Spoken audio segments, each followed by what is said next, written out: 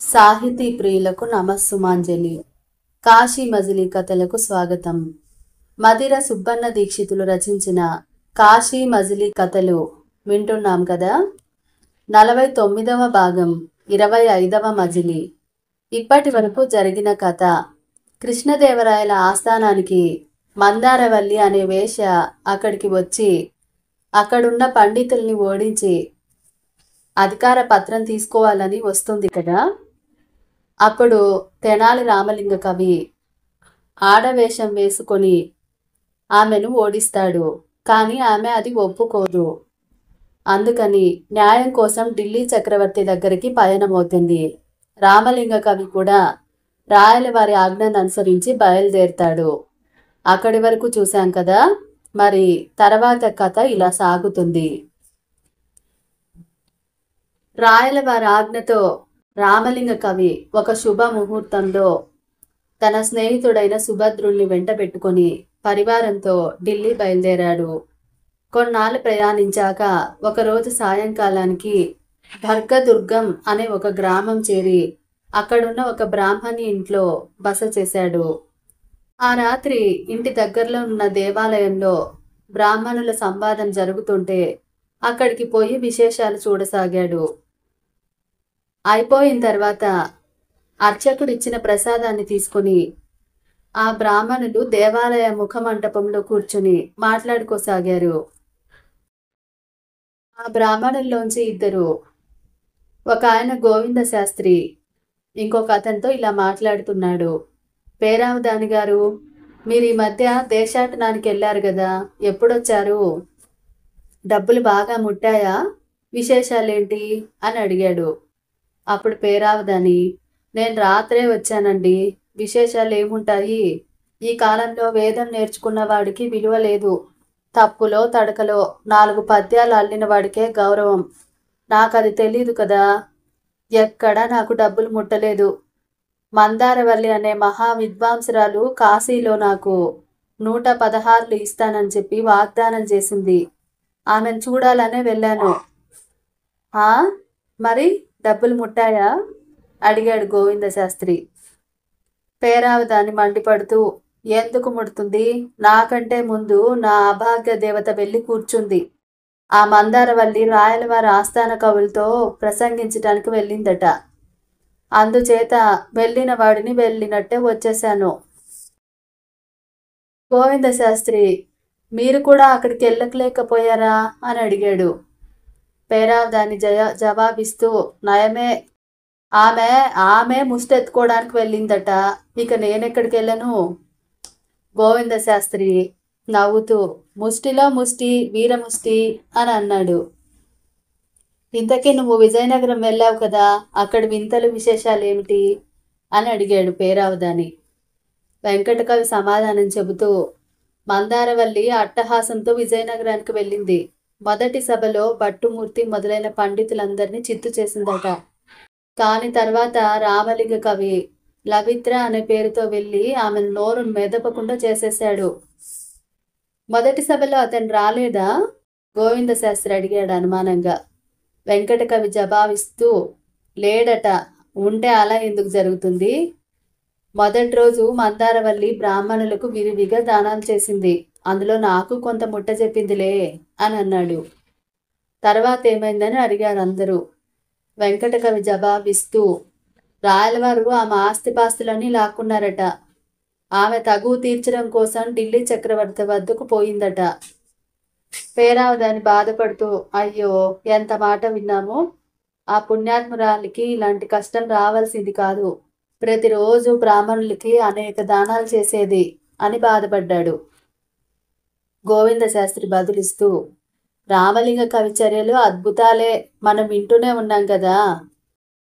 అతనే గనక తలుచుకుంటే మన దుష్టవర్మకి బాగా బుద్ధి చెప్పగలడేమో అని అన్నాడు. వెంకటకవి నవ్వుతూ, మామూలు పురాణం కాదు, విపరీత పురాణం చెప్పి బుద్ధి తెప్పించగలడు. క్రూర బుద్ధి గలవారని తెలిస్తే వాళ్ళని పరాభవించడమే అతని వ్రతము అన్నాడు. గోవింద శాస్త్రి నిట్టూరుస్తూ, ఒకసారి అతని వద్దకు పోయి రమ్మని ప్రార్థించినా బాగుండేది. దుర్మార్గుడు, కొత్త అర్థాలు చెప్పమని వేధించుకు తింటున్నాడు. రామాయణంలో భారతార్థం చెప్పాలట, భారతంలో రామాయణ అర్థం చెప్పాలట. ఏమిటి విడ్డూరం? వెంకట కవి వత్తాసు పలుకుతూ, రామలింగ కవి కొత్త అర్థాలు బాగా చెప్పగలుగుతాడు. మన వాళ్ళు డబ్బు కోసం ఆ దుష్టవర్మ సింహాసనం మీద కూర్చుంటే అందరు కింద కింద కూర్చొని పురాణం చెబుతున్నారు. ఇంతకంటే అవమానం ఏముంటుంది అంటూ నిట్టూర్చాడు. ఏం చేస్తాము, వెళ్ళకపోతే మనకు ముందు ఇచ్చిన దాన ధర్మాల కింద ఇచ్చిన భూములన్నీ లాక్కుంటాడు. అంచేత నువ్వు చెప్పిందే శాస్త్రం అంటూ వాడి భజన చేసి ఎలాగో కాలక్షేపం చేస్తూ వస్తున్నాము. ఎవడి పాపం వాడిది అని మాట్లాడుకుని ఇళ్ళకు వెళ్ళిపోయారు. వాళ్ళ మాటలన్నీ రామలింగుడు విని సుభద్రుడికి చెప్పి ఆ ఇంటి బ్రాహ్మణుడైన అతన్ని అడిగి దుష్టవర్మ గురించి అడిగారు. అతను మెల్లగా దుష్టవర్మ కథ చెప్పాడు. దుష్టవర్మ కథ. దుష్టవర్మకి 2-3 గ్రామాలున్నాయి. అతని పూర్వీకులకు మంచి పేరు ప్రఖ్యాతులు ఉన్నాయి. ఎందరో బ్రాహ్మణులకు భూమి దానంగా చేశారు. ఈ గ్రామంలో ఉన్న బ్రాహ్మణులందరికీ ఆ భూములే ఆధారం.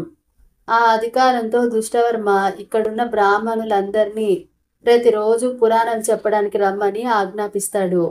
అలా రాని బ్రాహ్మణుడు ఎవరైనా ఉంటే అతని దగ్గర నుంచి భూమిని లాక్కోవాలని చూస్తాడు. పురాణం చెబుతున్నప్పుడు వాటిలో ఉండే అర్థాలు కాక కొత్త అర్థాలు చెప్పమని వేధిస్తాడు. ఏదో ఒకటి చెప్పబోతే మళ్ళీ అనుమానాలతో ప్రశ్నలు సంధిస్తాడు. చెప్పకపోతే బుద్ధిహీనులని నిందిస్తాడు. ఏమైనా ఇవ్వండి అని యాచిస్తే మా పూర్వీకులు ఇచ్చిన భూములున్నాయిగా అవే చాలు అంటాడు. ఇలా ఈ ఊరు బ్రాహ్మణులందరూ నానా ఇబ్బందులు పడుతున్నారు.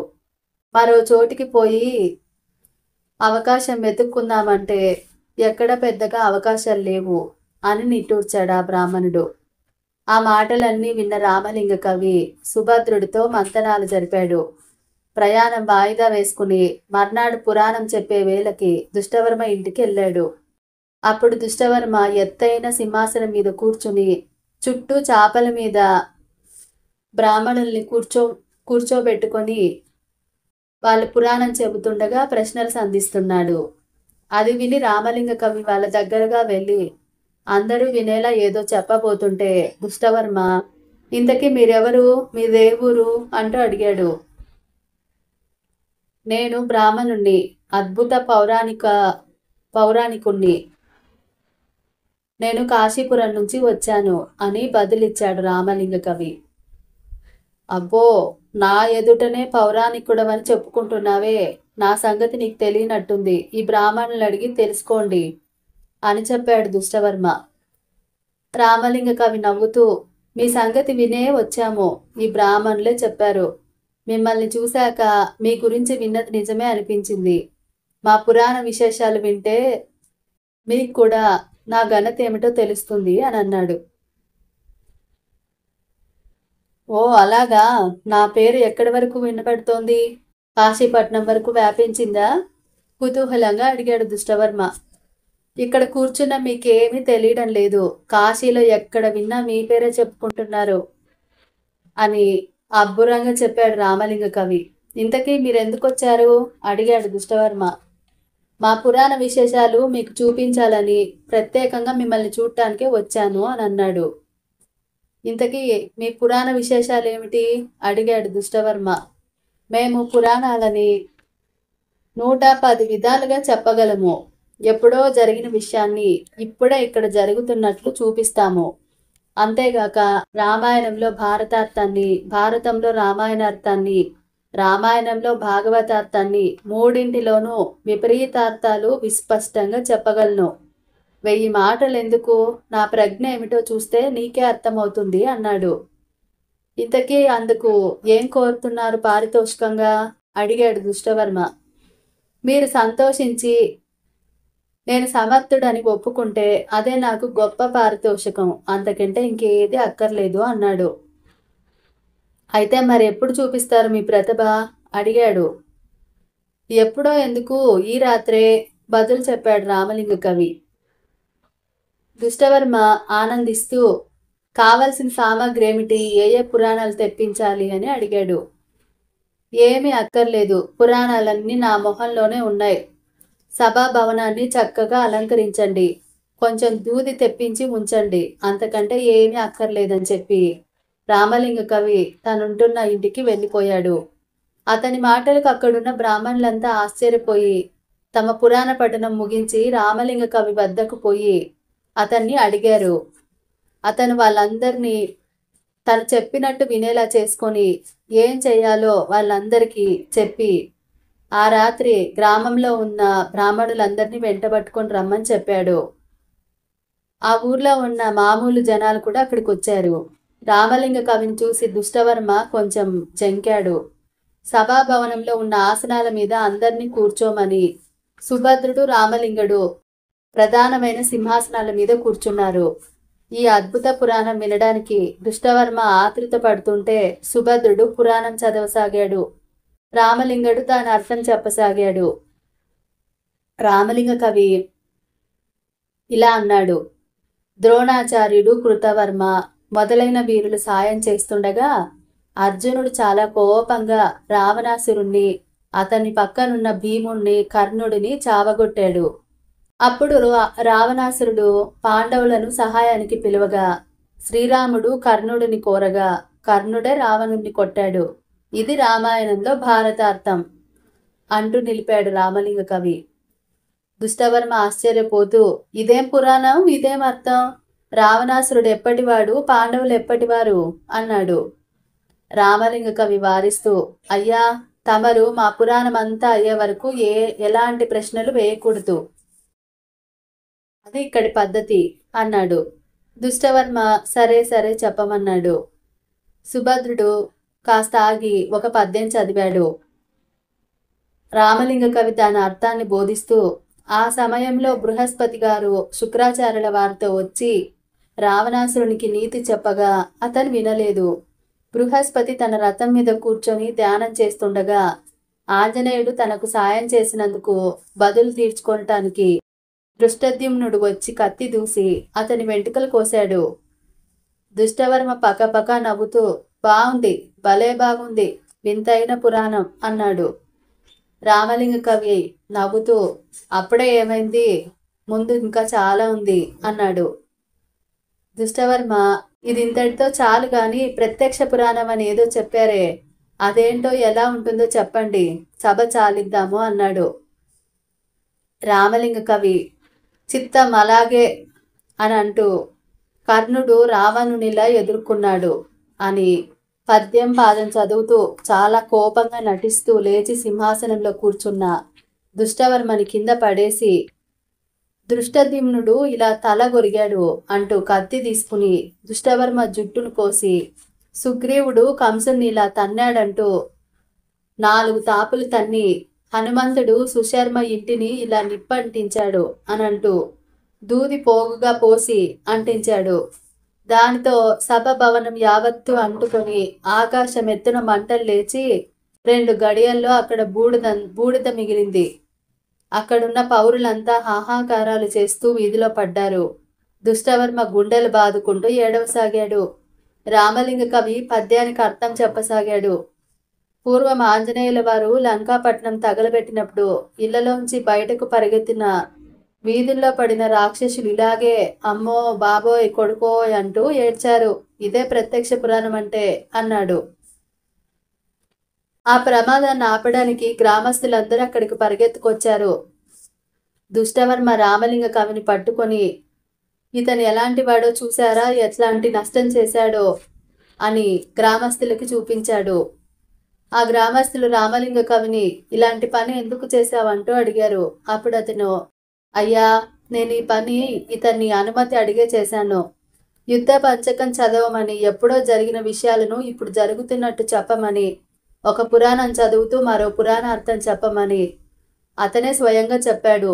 కావాలంటే ఈ బ్రాహ్మణులను అడగండి అన్నాడు వినయంగా. ఆ మాటలు విని దుష్టవర్మ పళ్ళు పటపటా కొరుకుతూ అద్భుత పురాణం అంటే ఏమిటో అనుకున్నాను. ఆంజనేయుడు దక్షిణ గోగ్రహణం చేస్తున్న సుశర్మని కర్ణుడు కొట్టాడట. రావణుణ్ణి దృష్టద్యుమ్నుడు కొట్టాడట. అదలా ఉంచండి, నా జుట్టు కోసి కాలితో తన్నుతూ భవనం కాల్చేశాడు. దీన్ని సమర్థించుకుంటూ అతను చెప్పిన మాటలు ఏమైనా సబబుగా ఉన్నాయా అని గట్టిగా అరిచాడు. అందుకు రామలింగ కవి, నీలాంటి వాళ్ళకి ఇలాంటి మాటలే మంచివి. బ్రాహ్మణులంతా కింద కూర్చొని పురాణం చెబుతుంటే నువ్వు మాత్రం ఎద్దులా పెద్ద సింహాసనం మీద కూర్చొని ప్రశ్నలు సంధిస్తున్నావా? పురాణాలు చెప్పేవాళ్ళంటే నీకంత చులకనగా కనబడుతున్నారా? నా నేరాన్ని విచారించడానికి ఇక్కడ ఎవ్వరికీ అధికారం లేదు. కావాలంటే ఢిల్లీ చక్రవర్తి దగ్గరికి రా అంటూ అధికార పత్రం చూపించాడు. పౌరులంతా అది చూసి ఏమీ అనలేకపోయారు. ఢిల్లీలో సాక్ష్యానికి తామంతా కూడా సిద్ధమన్నారు అక్కడున్న బ్రాహ్మణులు. వాళ్లకు పట్టిన పీడ ఈ రోజుతో వదిలిపోయిందని వాళ్ళెంతగానో సంతోషించారు. కథ ఇక్కడితో ఆపుతున్నానండి. తర్వాయి భాగం నెక్స్ట్ ఎపిసోడ్లో విందాం. మీకు గనక కథ నచ్చినట్టయితే తప్పకుండా లైక్ చేయండి, షేర్ చేయండి, సబ్స్క్రైబ్ చేసుకోండి. మీ విలువైన అభిప్రాయాలని కామెంట్ రూపంలో తెలపండి. తర్వాత కలుసుకుందాం. అంతవరకు సెలవు తీసుకుంటూ మీ కల్పన బండారు.